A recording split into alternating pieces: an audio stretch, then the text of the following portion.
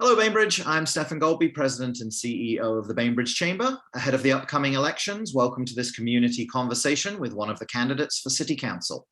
In the interests of fairness, we're asking all candidates the same 12 questions that knowledgeable Chamber members have helped us write, though a candidate's answers may lead to individualized follow-ups or requests for clarification. Each candidate will have up to 45 minutes to answer all 12 questions. None of the candidates have seen the questions in advance, and their answers will be presented in full. With all that out of mind, I would, with all that in mind, I should say, I would like to say hello to District 3 South Ward candidate, Kent Scott. Hi, Ken. Nice to see you, Stefan. Okay, let's go to the questions. And let's begin with a question about community engagement. Can you talk a little bit about which island organizations you've previously worked for, with, volunteered at, or contributed to? Sure. I mean, it goes all the way back to when we moved here in 1988. I mean, as you may not recall, City was incorporated in '91. And there was a huge initiative called Winslow Tomorrow, which in the end proved to be not a very functional document or exercise. But nonetheless, for me, I was involved for years in this process, which for me as a new resident of Bainbridge, even though I did have an uncle that lived down on South Beach that we visited as kids, was an incredible opening into kind of how the city functioned and what how the city valued different things within the community, much broader than Winslow. So this was about 2 years, and it really sort of piqued my interest in, like, hey, small community, lots of things going on, lots of engaged people. So in my 33 years here, subsequently, I served on the Public Art Committee, the Design Review Board, and the Open Space Commission. So all of these were similar, sort of building my understanding of how the city worked, and I think being engaged with the values of the city to make a better place.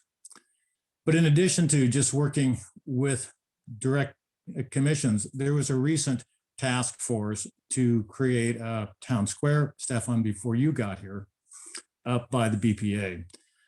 And this was a really big deal. And though I applied to be on the task force, I didn't make the cut. But nonetheless, I attended all the meetings and was an active participant in this, largely for two reasons. One was that a second part of the task force besides this town square was also a non-motorized bond issue, which came out and subsequently failed. But I was extremely concerned with my background in urban planning and design that a parking garage, which was one of the largest components of this, kind of measured against all the traffic studies that had been done almost every 10 years since we incorporated, was a fool's errand. So for that, I was actively involved. But in addition to that, I've actually worked for the Land Trust, providing some master plan documents for some of their large open spaces. Again, my background with natural systems design and planning. But I am also a steward and have been a steward on Land Trust properties for well over 10 years, perhaps 15. Currently, I'm working up on the wildlife corridor, which is a long, narrow 40-acre corridor that connects the North Grand Forest to Mix Park. And beyond that, I've been heavily involved with non-motorized issues. I was a board member of Squeaky Wheels for about 6 years and remain active with non-motorized issues, including the ongoing sustainable transportation plan that's in the works. So that's my engagement with the city. Besides, I just want to say I love my neighbors and I know all my neighbors, and that's almost more important than the citywide stuff. So as you've now been actively campaigning and talking to islanders for a little while, what are the top 3 concerns that you hear from the community? Yeah, it's really interesting. I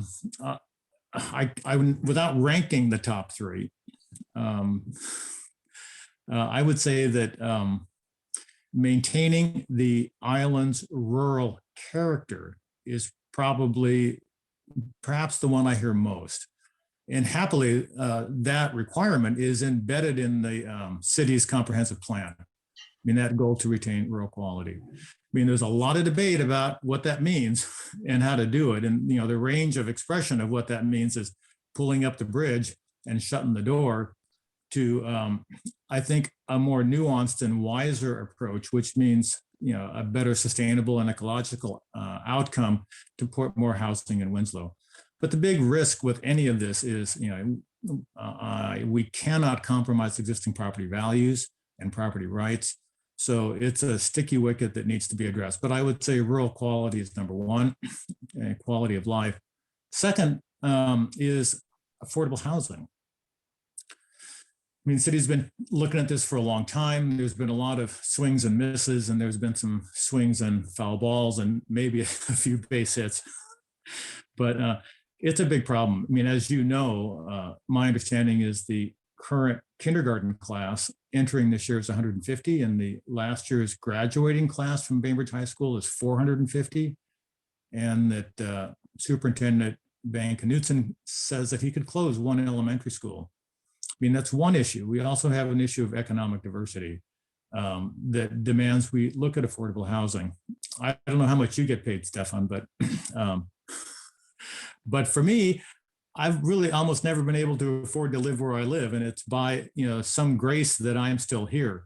And if 30% of homes for sale on island or people can't afford their property taxes, I mean, it's a huge issue that the island needs to deal with. I mean, we are a better place if we're more diverse, and economic diversity is important. So is racial and social justice, but affordable housing, which the city for Suzuki wanted that to mean families who are making over 130,000 a year, which is more than I have made in a year. I don't know. You may make more than that. That's a negative. I think you slightly overstate how much public service pays in all its factors. Yeah, perhaps. But, I would say the third thing is protection of natural resources. And this is also a super sticky wicket because that the Shoreline Master Plan, which is now in an update cycle, is kind of I've looked at this and talked to lots of people involved with it. It's kind of a sticky wicket because it's unclear exactly what the city is asking. It's clearly our mandate is from the state, but how it manifests at a local level has to come from us. I mean, I do know that our document is, almost 200 pages and Paul's Bowes is 40. And I think that, the protection of natural resources is fundamental, but I also think we need to be fair to those who own property. But I completely agree that we need to be aware of how we are managing our natural systems. And so that's probably number three. I think you've probably touched on most of the other questions we're going to get into in a little bit more depth there. So here we go. We're done. The recent draft of county-wide land usage report concluded, or at least suggested, that while our island's growth is roughly on track to hit the projected 2036 levels, right, the growth itself has not been happening in line with our community's stated comp plan. Right. Do you agree with that? And how do you think the island's residential, commercial, and community needs can best be balanced with that preservation of our natural resources? Yeah, the buildable land study, I think, roughly said that of all the homes built in the last 5 years, 75% have been in conservation areas, which translates into rural areas, and only 25% have been in neighborhood centers, so Linwood, Island, and Rolling Bay, or Winslow. I mean, clearly, this doesn't make any sense for a lot of reasons. I mean, if we're at all concerned about climate change, the most effective thing we can do is to decrease people driving and put them where services and transit are. I mean, besides it not being aligned with the comprehensive plan. So yes, I've read the report. I know what it states, and I know what the city's summary of it was as well. So what's the question? The question within that is, how do you think we can best balance residential, commercial, and civic uses of land with preserving the natural resources? Yeah, well, going back to something I touched on earlier, to preserve rural areas the way they were currently zoned and where property is owned, it's impossible, and I am unwilling to even consider downzoning or modifying how property can be used. What I'm not in favor of is upzoning to increase affordable housing, which some people running for council are suggesting. But the answer is to look hard, and that the Island Center master plan that was about 2 years in the making has been put on ice. It has not been taken to council or adopted, and I think for good reason. And I can explain that in a minute. But as you know, the city is currently looking to update the Winslow area master plan. And the advantage of that is there are huge disadvantages for developers, property owners, and people who want to live in Winslow because of current zoning. I mean, it's just not dense enough. I respect the fact that many people, and many who haven't been here very long and haven't seen the dramatic changes in Winslow Way over the last 3 or 4 decades. But there's an emotional attachment to Winslow Way. But I think that a revised, an aggressive look at zoning to improve business climate, to improve housing, to address sustainability and climate change, both in the Ferry District, which is 20 or 25 acres of parking lot. Looks like Linwood. No, the Linwood north of Seattle, if you haven't been there. I don't know where you came from, Stefan. Not Linwood. Not Linwood. Used to be just all car lots. It's better now. But I think both the Ferry District and also High School Road need to be looked at aggressively for increasing kind of the commercial opportunities, the residential opportunities, and that may mean increasing FAR. The advantage of increasing some of the zoning is there are developer incentives that I have worked with and many affordable housing advocates have worked with to encourage developers to build affordable housing at no cost to the community. They just get a little bit more development out of the process. Okay. You may have preempted this one as well, but the next question officially is, what do you think requires the most urgent update in the Winslow master plan? Yeah, right. The Winslow master plan, and I just want to say it, in my 40 years of professional work, I've done a lot of urban planning and a lot of large scale development work, and public process can be a sticky wicket. And certainly the experience with Winslow Tomorrow and even the Town Square project, public process can be messy. What I'm concerned about for the Winslow area master plan update is what we tackle. And I think that it's going to be wisest if we tackle the easiest things first. And that again would be the Ferry District and High School Road. To actually make some progress, because a lot of people have a very strong opinions about Winslow Way and even Madison for that matter. And I would suggest that we just do a phased approach and talk about those later, because it's critically important that we make something happen much sooner than later with addressing climate change, affordable housing, and kind of commercial areas on the island. So COVID prompted an unprecedented shift really in the operations of businesses, nonprofits, and the city itself over the past couple of years. What parts of that pivot do you think will turn out to be permanent changes, and how can the city best support them? I'm not wearing that cap. Can you explain what you mean? Well, how can I know what will happen in the future?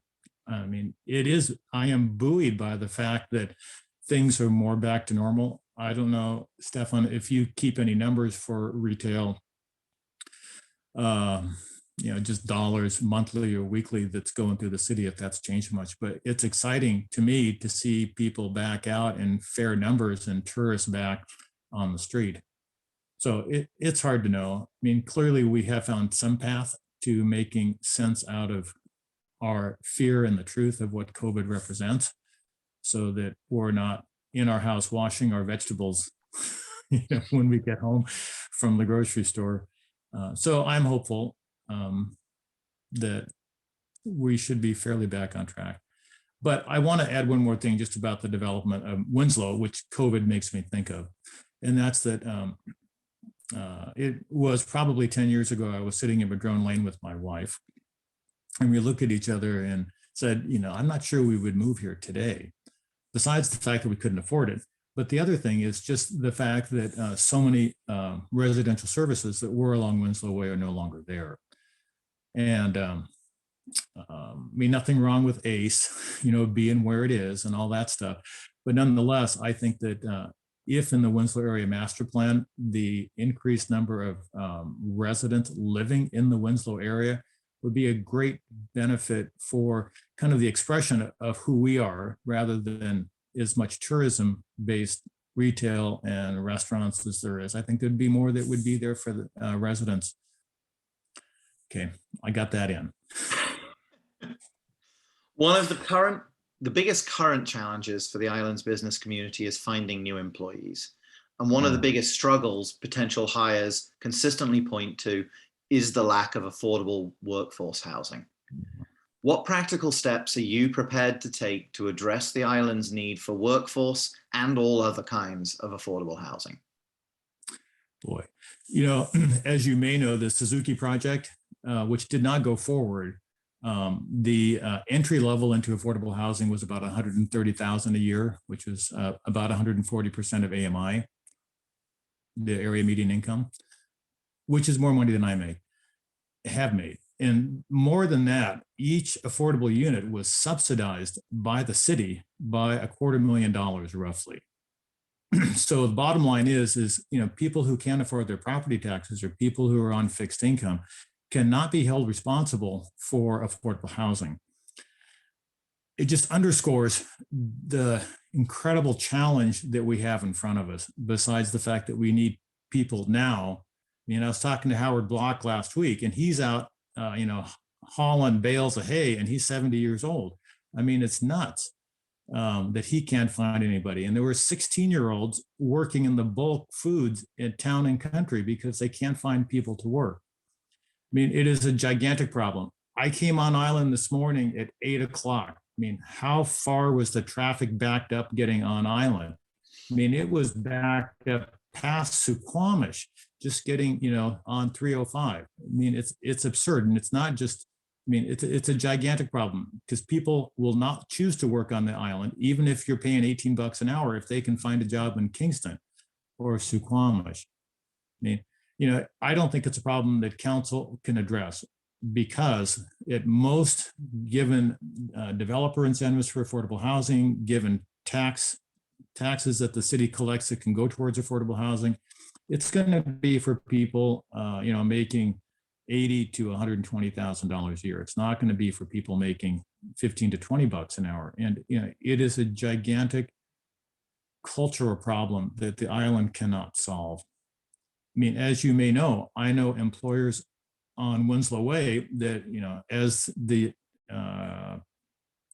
minimum wage increased 50 cents a year, for the last 5 years, they've had to lose employees just to cover, to maintain being in the black. It is not something that council can do much about. We can address affordable housing for a slice, but the workforce and, finding people to work in restaurants and, jobs that are paying less than 20, I don't know. What I would need to hear is, what's the chamber solution, Stefan?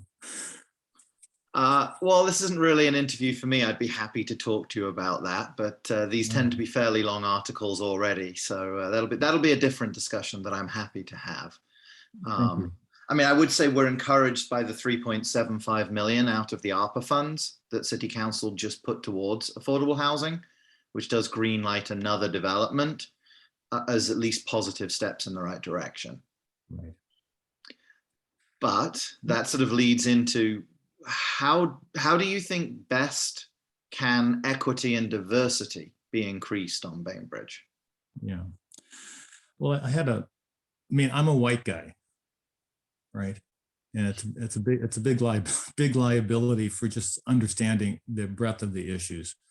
I met with Brenda Fauntleroy Johnson yesterday, and I have been learning about all of the things that the city is doing, the Race Equity Task Force, and all of the nonprofits and other organizations that are working towards racial equity and social justice. You know, I was interviewed, and I'm sure you're aware of the Bainbridge Black Leadership Network too. Yeah. But it's not, it's not just people who are Black. I mean, there's Filipinos, Japanese, other brown people on the island. And it's the whole really BIPOC community. And how do you address that? I mean, the city in the comprehensive plan, lays out goals and methodology. Their race equity task force needs to be brought in, I think, into the city discussions more actively than they currently are. I mean, I don't know that we have an active issue, but we do have a responsibility as a city government to create awareness and to create a sharing, because most people who are not part of the BIPOC community really don't understand the BIPOC community. And I know that the several organizations some months ago had a large sharing event, just to listening to other people's feelings and how they're perceived and feel perceived. And that's a good start. The last 5 years of my career, I worked for City of Seattle, and they have a big RSJI, Race and Social Justice Initiative, and it was profound. And it might be a reasonable model to look at as, tempered down a little bit because the city is so huge. But nonetheless, it was an effective means for me to become more aware of both policies and, I think, all the issues involved. What kinds of infrastructure improvement do you think are most needed on Bainbridge?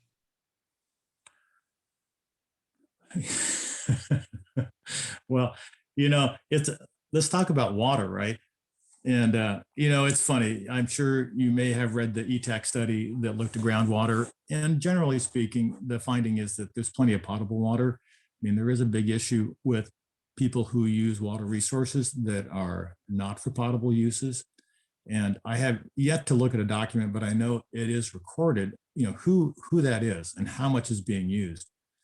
But a big issue with water, besides just the fact that there are uses that don't contribute to residential and business use in a meaningful way, the other is water distribution. I mean, you may know that only 50% of the island is serviced by fire hydrants. And when you ask the fire department, and this is a hard thing to say on this camera, but they come to your neighborhood and they say, if there's an event, fire, an earthquake, we're not coming. It's because, just the resources are very limited. And, I understand that.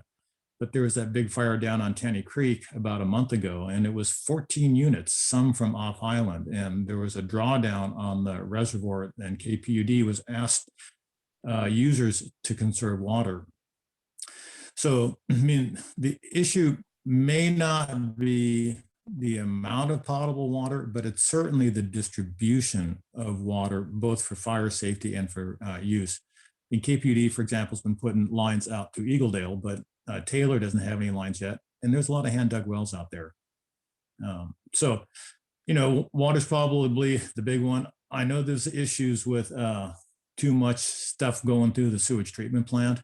And while I am, because they had like 3 overflows or something in a month, so they now have to look at adding some additional equipment to resolve that. And clearly that's a demand by the Department of Ecology that needs to be addressed. Whether or not the sewage treatment plant goes to tertiary is another whole subject based on costs and really what the outcome is. It certainly creates a non-potable water source for Wing Point and other users of non-potable water.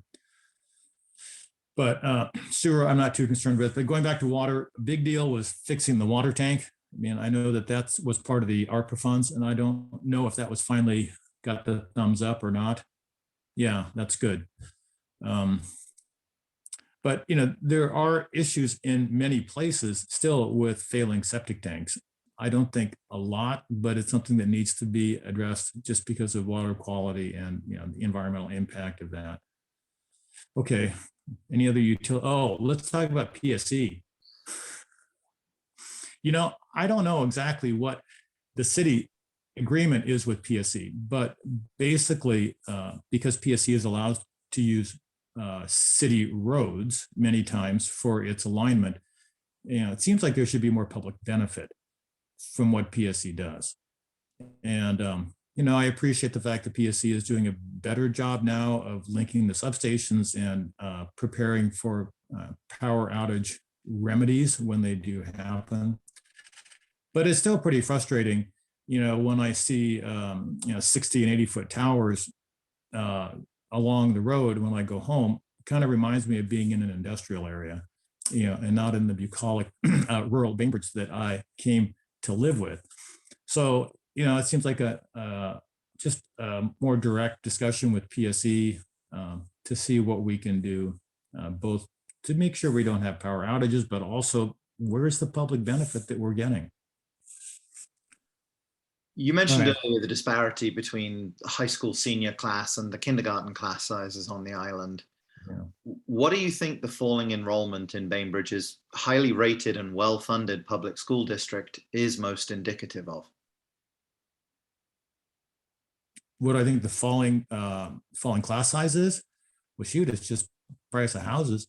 There's a family that was renting down the street, three rugrats, and they bought a house up in Meadowmere, and it's a starter home that needs a ton of work, and it's $800,000. I mean, you tell me when you had 3 small kids, you could afford a house for $800,000. That's the problem. And affordable housing will help, but the big risk with affordable housing is you're not going to get your classic suburban Leave It to Beaverland house, right? You're going to end up with maybe in a multifamily house or townhouses without a yard. So part of the solution, if Winslow were to become more dense and have affordable housing, high school or ferry district, is Parks needs to step up. And it would be great if they purchased that large lot down at Linwood that is yet to be developed, just south of Waltz.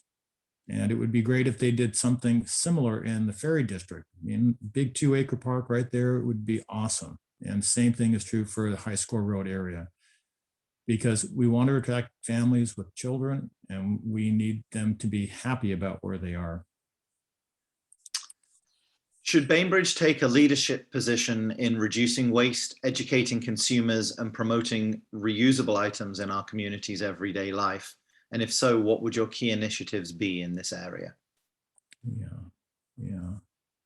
Yeah, of course. Hold on, let me get rid of this. It makes sense. I don't really know what the current policy is. I know that there's some single-use stuff. It's a really hard nut to crack. And here's a couple of examples why. You may know this thing called forever chemicals, the PFAS. It's in most plastics, and it's bad stuff. And the state of Maine just outlawed it.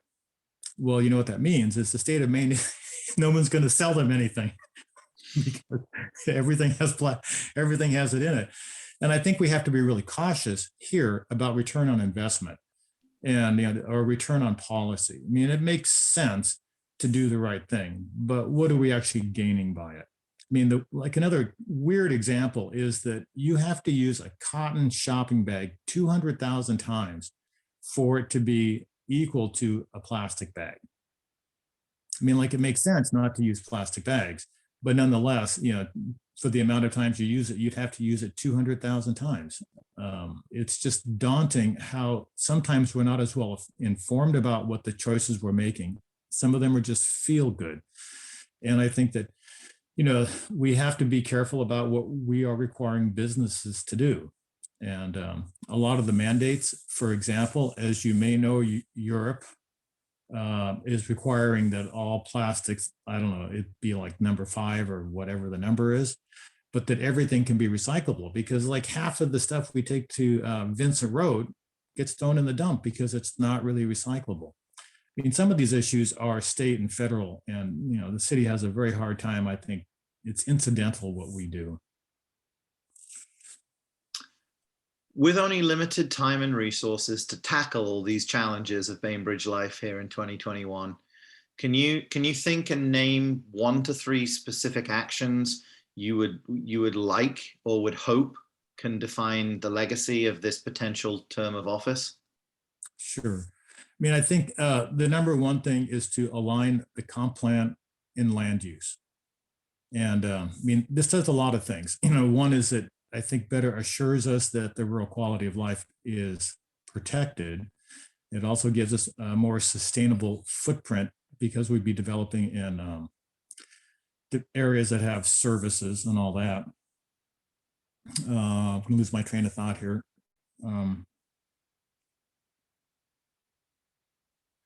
Oh yeah, and we would also avoid some of the unfortunate circumstances that have happened, like the hotel on Winslow Way. I mean, I respect Mike Burns for his effort to make this happen, and I'm also so thankful that he's chosen apparently not to sue the city, although he still owns the lots. But the bottom line is, the comp plan calls for 15 units hotel maximum on Winslow Way, and somehow we've ended up, with an 87 unit hotel with 50 employees in an area that doesn't really make sense. So aligning the comp plan and land use would hopefully give developers a clearer picture of what it is they can do, without the rigmarole that they've had to deal with. I would also say that another change to land use will also incentivize development that is more in keeping with long-term longevity of projects. So for example, the Wintergreen project up at Visconti by Lumberman's. I mean, it's great that there's 31 affordable units, but if you've looked at the site plan, if you looked at the pedestrian safety, if you looked at the tractor trailer rigs coming in, it's a goofy place for houses. I mean, it's just all asphalt and shingles, basically, with very limited open space. I mean, again, modifying the land use to match the comp plan's vision for sustainability. Really, there should be a much denser housing stock that's much more effectively integrated into a pedestrian environment. So I'd say that's the number one thing. Comp plan aligned with land use, and land use plan that's sustainable and moves the island in the right direction. Did you want one, or do you want more than one? You can have up to 3. Okay. Well, maybe we'll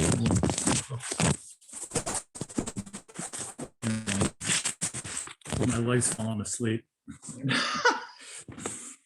mean, you can also. I don't have Wi-Fi in the house, so I have to. It's been good so far. Well, I don't have Wi-Fi in the house for reasons that are too long to explain, so I have to be by the window so I have coverage. You didn't even mention broadband in your infrastructure answer. Oh my God. It's sort of like this electronic, the transmission from the power lines. I forget what the EMF or something. Yeah. I mean, it's the same thing for that. Yeah. No, I didn't mention broadband because we're a low-tech household here, clearly. So let's turn away from those things for the final question, which is, all right, what kind of working atmosphere will you strive to create if elected to City Council? Oh man, thanks for that.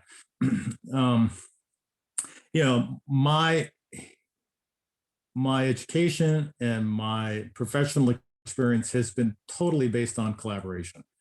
And what's more, it's been totally based on just elaborate public process, because most of the things I have done have involved the public in a very meaningful way. And I am well versed in this, and I'm also well versed to taking darts and arrows, because undoubtedly they're coming. I don't know when or where, but I think the most important thing is that everybody is going to be honest and direct. And I don't know this. I don't really know how council operates behind the scenes. All I know is that some things are kind of ugly that are said and done that seem out of bounds to me. And I'm hopeful that people will bring integrity to what they're doing and honesty to it. And I will, based on my experience, do what I know that I can do well and bring those qualities myself.